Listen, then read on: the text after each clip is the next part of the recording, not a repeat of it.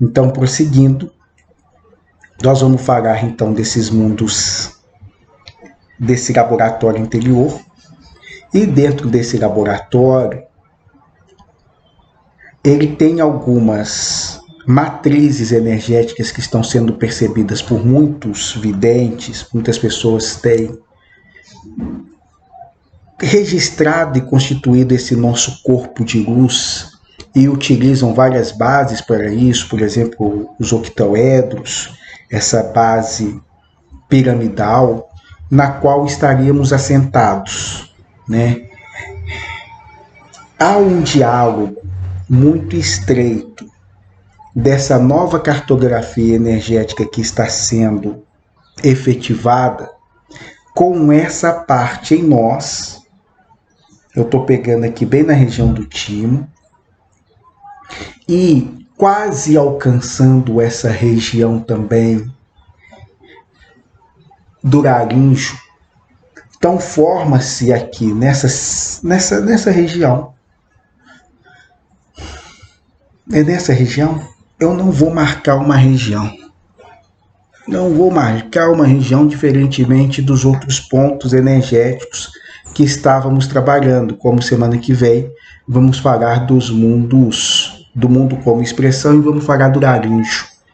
Essa aqui tem essa configuração bem, eu vou referenciar como diferenciada, porque ao mesmo tempo que ela não nos possibilita um mundo completamente externo, nós vamos falar de um laboratório interior, ela também pertence a uma interioridade que a gente não registra diretamente em nosso corpo.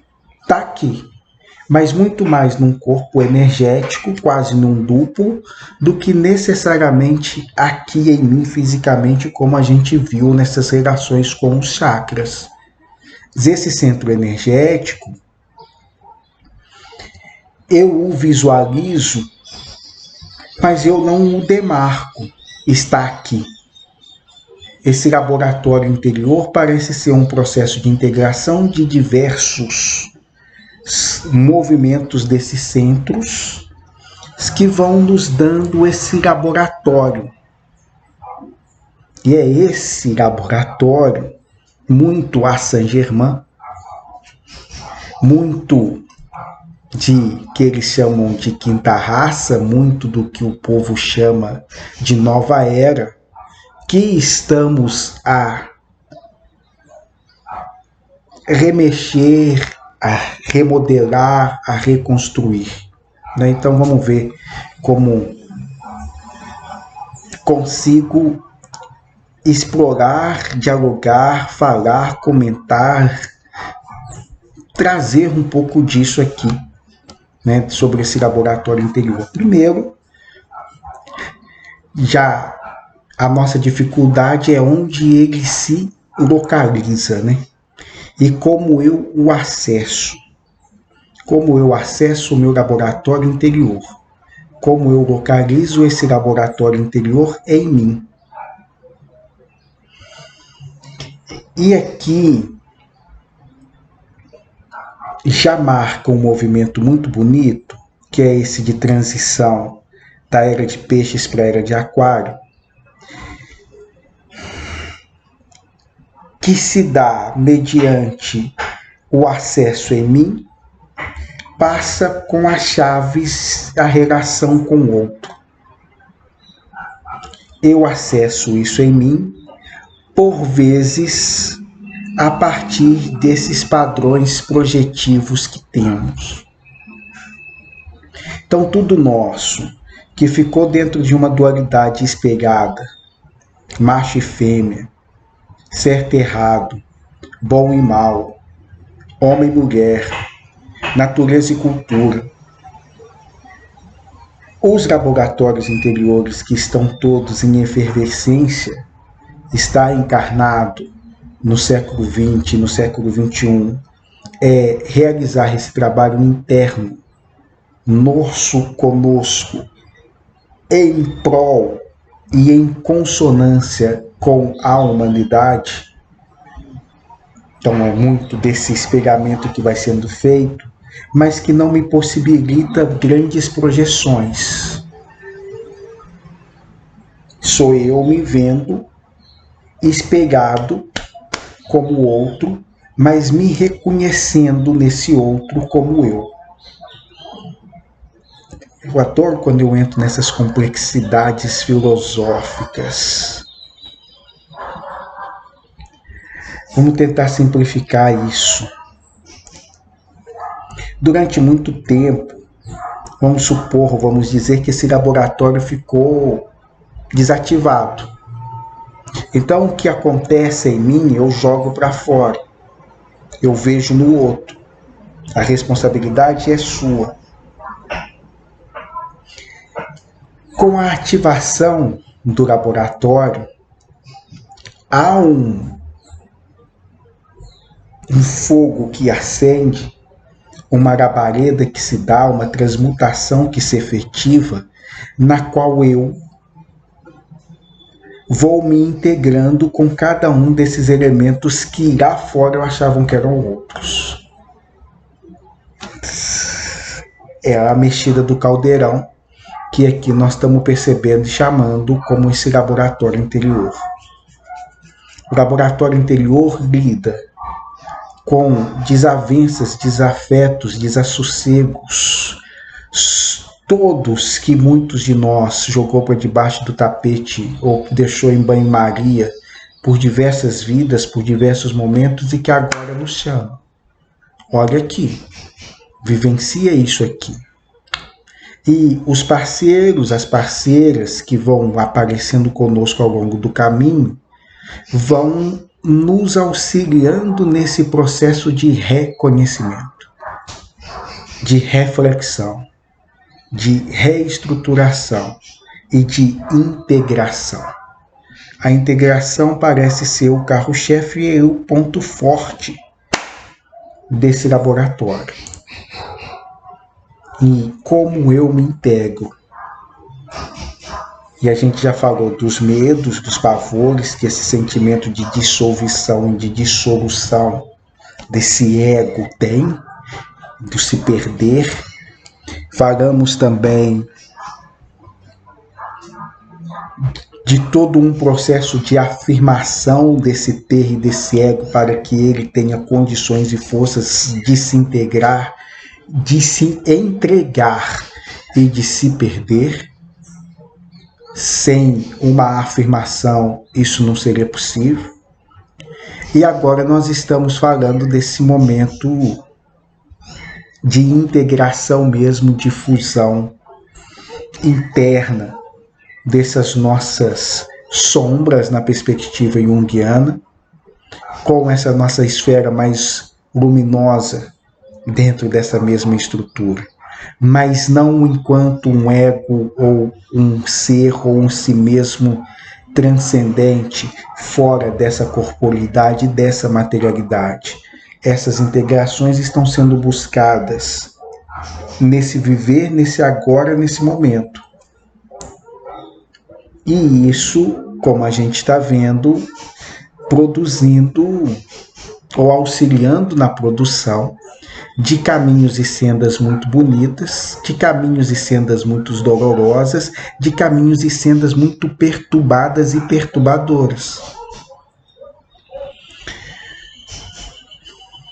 Conversava há pouco com uma partilhante que estava e está com algumas ideias suicidas. E estava arquitetando como realizar isso, como efetivar o ato de se matar. E aí as pessoas as mais desavisadas vão virar e dizer, mas isso é falta de Deus, isso é falta de espiritualidade, isso é falta de... E no caso dela e de todos tantos outros, é mesmo um entendimento de que não se morre. Se eu não morro, se algo em mim permanece, se algo em mim continua, por que então eu vou continuar vivo nessa situação aqui de solidão, desamparo, desassossego.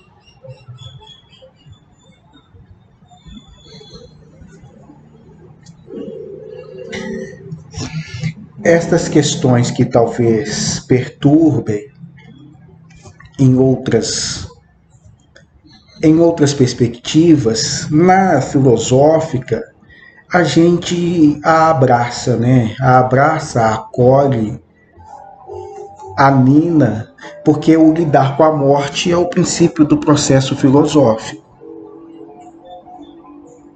O lidar com a existência no que ela tem de finitude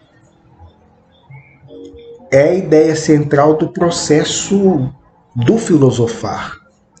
A filosofia, no seu sentido mais visceral, ela é o diálogo e o flerte com a morte. Justamente nisso a afirmação do viver e da vida. Mas é justamente nisso que a gente engasga e agarra. Porque essa moça e tantos outros que eu já tive a possibilidade de atender com essa mesma reflexão, uma consciência muito clara e cristalina de que permanecerá, ainda que o corpo físico pereça. Olha para você ver os dilemas e as questões bonitas que são apresentadas. Nos remete a um dos mais alto grau de liberdade e também de limite que a mente pode chegar. Esse é realmente, creio eu, o limite do pensamento, o limite da racionalidade. Não morro. E por não morrer e não encontrar justificativa e nem sentido, devo me matar? O posso eu não vou discutir. É claramente que eu posso. Mas devo me matar? Encontrarei algum outro sentido nessa existência, nesse mundo, nessas bases, nessas questões que me são apresentadas? É nesses limites de mundo que a gente começa o nosso processo filosófico e, por vezes, nosso processo terapêutico e, sem dúvida nenhuma, a nossa questão existencial. E diversos seres estão sentindo nessa atmosfera que eu estou chamando aqui de laboratório interior esse momento. Como eu processo isso? Como eu lido com isso? E não venham me falar de céu, inferno, culpa e castigo. Para alguns desses seres, nada disso mais os possibilita trazer. E já não tem mais estrada para voltar. Pensando nos limites de mundo, né? O velho e grande Wittgenstein, um filósofo da linguagem, ele traz a ideia que também é muito próxima do Zen budismo, mas aqui eu vou com ele, depois eu vou no Zen, da escada que serve para que a gente alcance o teto, mas que depois daquilo não tem sentido você carregá-la mais. Os mestres Zen usam isso como uma embarcação. O barco te ajuda a chegar na outra margem do rio, mas depois não faz mais sentido você carregar o barco terra adentro. Ali são outros marcos, outras referências, outros modos de viver. E isso é angustiante. Isso é apavorante.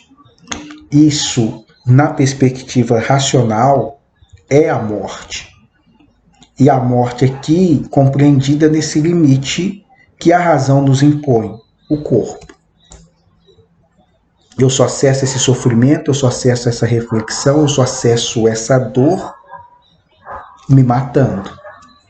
Mas esse me matando, quero acreditar e posturo que em 99,44% dos casos, talvez 90% só,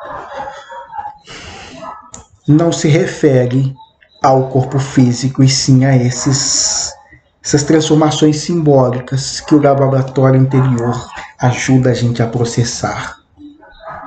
Mas para que a gente as processe no laboratório interior, é necessário toda uma coragem de seguir adiante. E um seguir adiante sabendo, não tem volta. E esse adiante que estou seguindo e que não tem volta, e que cada vez mais que eu sigo eu me afasto do outro, e por vezes, o mais grave, afasto de mim, é a parte nossa que temos que aceitar que morra. Mas vejam bem, laboratório interior,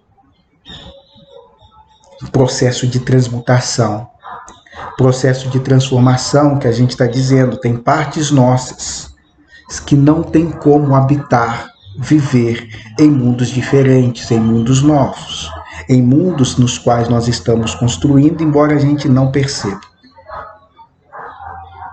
Então aqui é um sentimento de angústia, de dor, de desespero, de desassossego, é uma pele que eu quero rasgar, é algo que dilacera, e que a mente olha para tudo isso como se visse o corpo pegando fogo, falando assim, vamos embora, o que você está fazendo aqui? E nós, nos nossos processos terapêuticos, tentando remeter para uma ideia e uma possibilidade. É simbólico. Pula fora desse corpo, sai fora dessa casca, e ao mesmo tempo carregue este corpo e esta nova casca para. Muito utópico, muito sonhador, muito delirante. Para a maioria dos seres, sim. Então isso não é para todos ainda. Mas algumas pessoas têm vivenciado esse limiar, esse limite e essa tensão.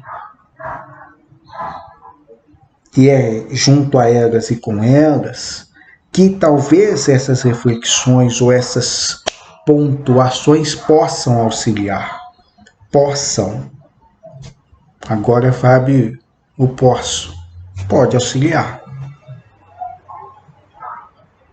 Ao final ou durante, impossibilita a pessoa de executar o ato? Não.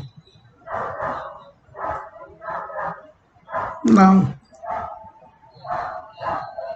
Ao mesmo tempo, é uma oportunidade, uma possibilidade de abrir mais horizontes.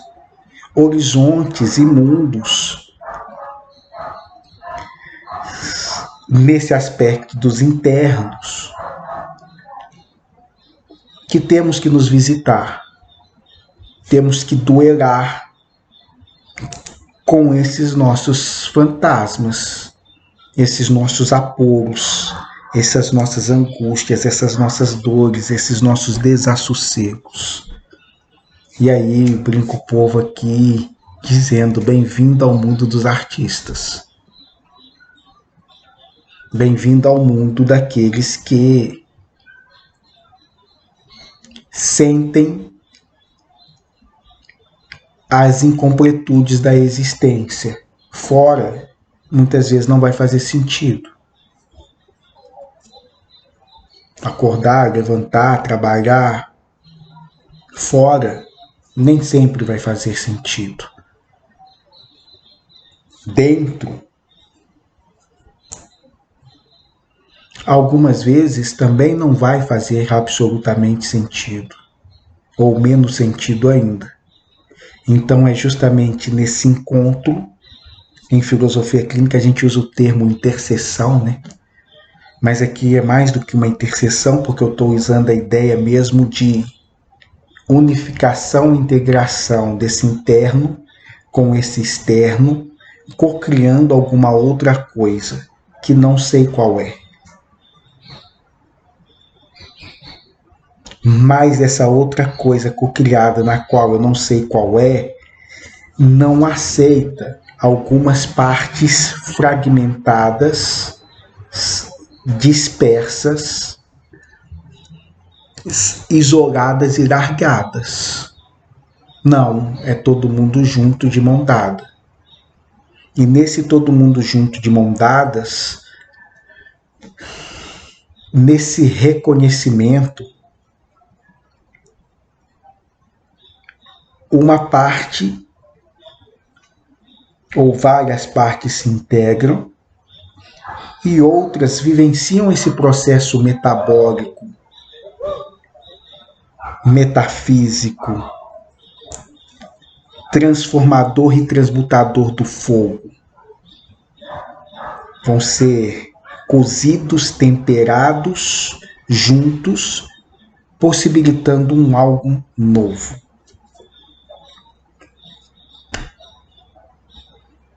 Bom, eu vou para mais um. Então teve uma breve e rápida abertura, teve aqui uma explanação. Agora eu vou tentar falar um pouco mais desses mundos, desse laboratório interior. Não vou chamá-los de mundo, vou chamar de laboratório interior. E aqui eu vou estender essa perspectiva do laboratório, porque ele é o experimento mais importante que tem sido desenvolvido nesse planeta Gaia Terra no qual habitamos. Vamos falar um pouco dos laboratórios.